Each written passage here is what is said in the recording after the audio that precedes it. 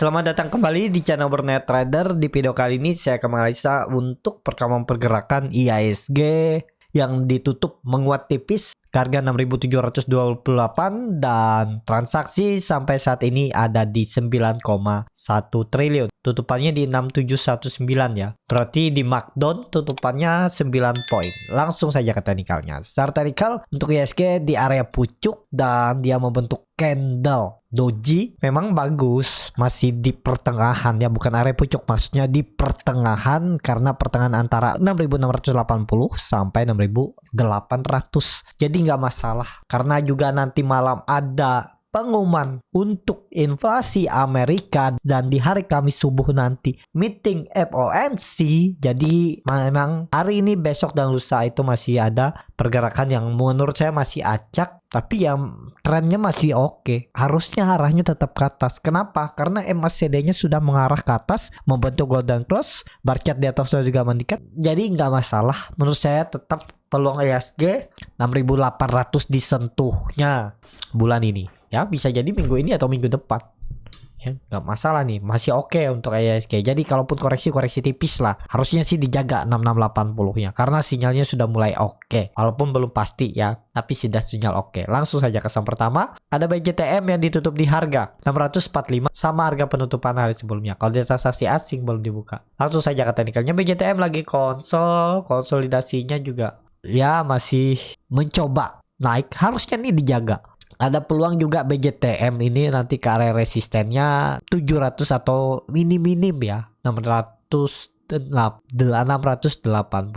Jadi yang sabar hold aja, tapi memang nggak cocok saat ini untuk ditradingkan karena nggak ada volatilitas. BJTM ini termasuk saham yang lambat gerak, semi invest. Jadi untuk pergerakan yang volatil tuh jarang-jarang terjadi. Dulu tuh saya sering mantengin BJTM nih. Biasanya dia itu 1 minggu sekali tuh ada pergerakan volatil, tapi sekarang udah nggak seperti dulu lagi. Pergerakannya sepertinya enteng-enteng aja, nggak jauh-jauh banget untuk range pergerakannya. Tapi ini lihat volumenya lumayan meningkat ya, maksimal kalaupun jebol ya 600 saja, tambah aja di bawah itu aja. Mungkin ini kan karena dia masih di dalam pola downtrend channelnya, bisa aja retest dulu 600 baru pelan-pelan naik ya, seperti itu. Untuk BJTM langsung saja ke saham selanjutnya, ada BJBR yang ditutup di harga 1180 sama harga penutupan hari sebelumnya.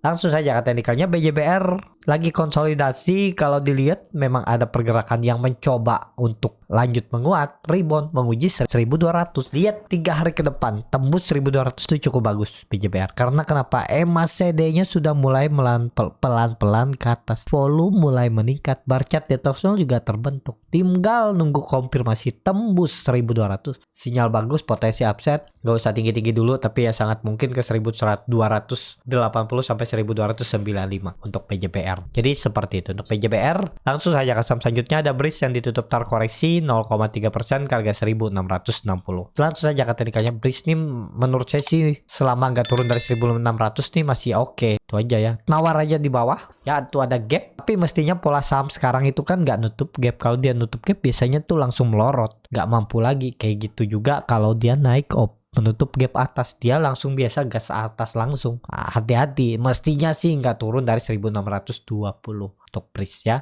Memang BRIS sudah membentuk lower high dan membentuk lower low. Bahkan nih dia terus membentuk lower low nih 7 hari perdagangan. Titik amannya memang harus balik dulu ke 1700. Tapi yang penting selama nggak turun dari 1600, supportnya masih oke lah. Masih bisa di hold bagi yang punya ataupun yang masih nyangkut untuk BRIS ya. Jadi seperti itu aja untuk BRIS. Kalau dilihat time frame weekly-nya, koreksinya biasa aja. Ya tadi maksimal 1620 harusnya koreksinya. Kalau mau oke ya, membentuk swing low-nya nggak lebih dari 1620 untuk BRIS. Seperti itu untuk BRIS. Langsung saja ke saham selanjutnya, ada Agro yang cukup signifikan menguat 7,6% ke harga 396. Langsung saja ke teknikalnya, Agro luar biasa volume meningkat dan dia berhasil break valid arahnya ke atas lagi ya. Memang area resisten yang akan ditujunya besok 400, kalau tutup atas itu lanjut menguat dan bisa jadi double bottom dengan neckline di 430. Ini juga dia sudah breakout dari resisten semenjak 15 Mei. Harusnya ini sih valid. Menarik nih untuk Agro diperhatikan juga karena buying power juga masih oke, volume juga meningkat, mestinya masih lanjut untuk agro. Jadi seperti itu kalau ditarik tren dari semenjak 2 Februari 2023 dia mematahkan tren downtrend dan neckline-nya ada 430. Break itu double bottom. Menarik. Oke, tutup aja EMA 20 ini, garis biru nggak perlu dipakai. Kalau Bapak Ibu ada yang beli buy on break ya 380 harus dijaga. Turun dari itu gagal uptrend dalam waktu yang cepat. Berarti bisa konsolidasi di bawah polanya atau bisa jebol support nantinya. Nah, itu aja Bapak Ibu hitung. Kalau saya biasanya ya saya cut loss. Kalau gagal bertahan di atas 380, kalau misalnya buy on break, saya stop loss di bawahnya. Itu aja. Saya nggak mau nunggu lama ya karena dia akan lama bergerak di bawah dulu. Tapi kalau mau memang double bottom, mestinya nggak turun dari 380. Itu aja kunci agro. Tren jangka pendeknya. Seperti itu untuk agro. Langsung saja ke saham selanjutnya. Ada BBKP yang ditutup di harga 95. Terkoreksi 1,04%. Langsung saja ke teknikalnya, BBKP jelek. Belum balik ke 100. Belum. Menarik. Itu aja. Kalau BBKP saya juga ada coba beli dan cut loss 3%. Ya saya beli di 98. Saya cut loss 97. 96 kalau nggak salah nih.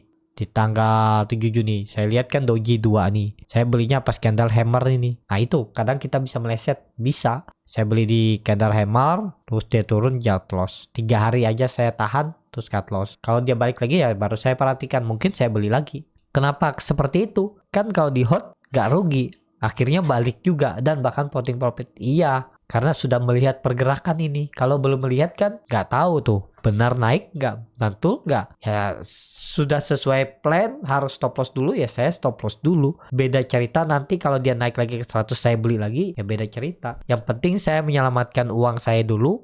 Kerugian 3% nggak masalah atau ditambah pin 3,5% daripada saya belum pasti naik dan bisa turun lebih dalam. Ya karena kebiasaan saya dulu, saya menceritakan diri saya sendiri ini, saya dulu tuh sering nggak disiplin stop loss juga, kadang ngasih toleransi turun dalam, harusnya cut loss nggak cut loss, turun 10% nggak cut loss, turun 15% tiba-tiba putus harapan baru cut loss, kayak gitu terus sampai akhirnya saya menemukan pola. Ya memang kuncinya yang paling pertama belajar dulu analisa teknikal, kalau niatnya trading, setelah itu disiplin aja. Jangan terlalu banyak berharap kayaknya naik nih nanti, tahan aja. Karena pengalaman kita masa lalu itu pasti terekam. Waduh, saya cut loss ternyata naik. Nah, itu kalau sudah ke bawah, keingat terus, itu yang membuat kita sering nggak mau cut loss atau nggak tega cut loss atau ya masih berharap di saham itu. Seperti itu. Kalau niatnya trading aja seperti robot. Yang penting udah bisa belajar analisa teknikal, bisa menggambar support resisten. Kalau memang harus stop loss dulu aja. Seperti itu ya, nggak selalu ya. Jadi 10 kali saham jebol support itu 3 kali aja yang bisa balik arah ke atas lagi, kembali ke support, 7 kalinya turun lebih dalam. Makanya saya nggak mau lagi itu, karena kalau saya seperti itu terus sering berharap nggak berkembang, pasti ada saatnya nanti kena makan market lagi, habis uangnya ya. Seperti itu. Langsung saja ke saham selanjutnya. Ada BNGA yang ditutup di harga 1580, menguat 2,59%. Langsung saja ke teknikalnya, BNGA luar biasa. Contohnya ya, 2 aja kalau konsol di atas antara dia naik tinggi atau kena buang. Dan lihat 2 kali dia break resisten, dia langsung naik tinggi. Itu pola konsolidasi itu. Udah bisa kan ngebacanya antara turun dalam atau naik tinggi. Tapi kalau saham-saham seperti ini yang menariknya beli buy on break atau beli di support. Tapi kalau beli di support tuh harus menunggu, sabar sahamnya tembus resist. Seperti itu untuk BNGA. Arahnya kemana nih? Karena sudah sepertinya all time high lagi ya BNGA nih. Hari ini BNGA itu all time high. Apa kemarin ya? Coba saya lihat. Oh kemarin di all time high. Dah all time high lagi. Kemana arahnya? Kalau lihat kondisi seperti ini, hitung aja dengan Fibonacci retracement dari swing low ke swing high, bisa juga seperti ini. Tarik dari yang lama ini juga bisa. Oh ini pas ya, udah 1700. Kalau tarik sini ya 1600 1700 itu ya 1600 nih dulu lah. Tapi nggak ideal ya. Ini nih buat mereka yang sudah beli dari bawah follow the trend. Kalau Bapak Ibu baru beli sekarang, sama aja duduk di pinggir jurang, antara kena guyur atau ya tetap bertahan di atas. Jadi seperti itu ya. Kalau menurut saya sih jangan dipaksa. Kalau besok ternyata tuh kan gara-gara dilarang ternyata besok naik. Iya kalau naik. Kalau dia turun. Nah, kalau seperti itu Bapak Ibu yakin, kalau dia turun Bapak Ibu mau ngapain? Kalau siap hold atau cut loss silahkan. Tapi resikonya kalau Bapak Ibu disiplin stop loss, kalau beli saham uptrend bisa keseringan stop loss kalau salah strategi. Jadi seperti itu. Di trading saham ini adu strategi. Semua bisa melihat chart kan? Lihat support resisten bagi yang paham analisa teknikal. Jadi seperti itu ya untuk BNGA. Langsung saja ke saham selanjutnya. Ada PNBS yang ditutup di harga 58 sama harga penutupan hari sebelumnya. Langsung saja ke teknikalnya, PNBS volume mulai kelihatan lebih besar dari volume biasanya, tapi 3 hari ke belakang mulai menurun. Dan kondisi seperti ini, Bapak Ibu turunin aja nih. Kelihatannya 55 dijaga ya. Nah ini bisa dijadikan support langsung. Karena sudah berapa kali diuji dan bertahan. Jadi ya bisa pakai stop loss di bawah itu. 53 sama aja seperti analisa saya sebelumnya. 53, 54 tuh area stop loss. Dan kalau menurut saya nggak terlalu menarik PNBS. Jadi ya tergantung Bapak Ibu lah. Mau ya beli PNBS nih bisa aja. Tapi untuk lebih konfirmasi Bapak Ibu tunggu dia tembus 60 itu lebih menarik untuk PNBS. Seperti untuk PNBS langsung saja ke saham selanjutnya. Ada PNLF yang ditutup di harga 280. Terkoreksi 2,09%. Kalau dia transaksi asing belum dibuka. Langsung saja ke teknikalnya, PNLF bagus. Ini dia juga sudah mematahkan tren downtrend semenjak 10 Mei sebulan yang lalu. Neckline-nya ada di 300. Sekarang dia di area pertengahan. Ya, supportnya nggak perlu pakai 250. Supportnya masih sama ya, 260. Pakai aja 260 udah. Kalau dia gagal bertahan di atas 260 berarti dead cat bounce. Tapi yang kalau Bapak Ibu baru beli harga sekarang itu hitung aja risk rewardnya. Kalau saya lihat ini pancingan sebentar aja. Besok tuh ada peluang bisa turun. Ya, tapi ya tergantung masing-masing lah ya.